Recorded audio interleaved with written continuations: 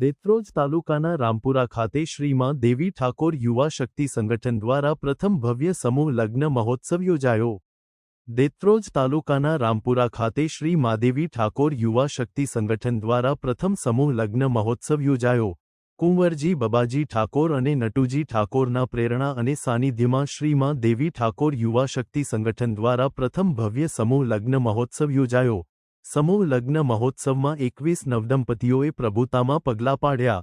પરમ પૂજ્ય ભરત બાપુ, સુરેન્દ્રનગર સાંસદ ચંદુભાઈ શિહોરા, બનાસકાંઠા સાંસદ ગેનીબેન ઠાકોર, યુવા ધારાસભ્ય હાર્દિકભાઈ પટેલ, મહેસાણા પૂર્વ સાંસદ જુગલજી ઠાકોર, ગુજરાતના નામાંકિત કલાકાર વિક્રમ ઠાકોર, જિલ્લા સદસ્ય દિવાનજી ઠાકોર, એપીએમસી ચેરમેન યોગેશભાઈ પટેલ, રામપુરા સરપંચ કાંતાબેન કુંવરજી ઠાકોર સહિત રાજકીય તેમજ સામાજિક અગ્રણીઓ ઉપસ્થિત રહ્યા હતા.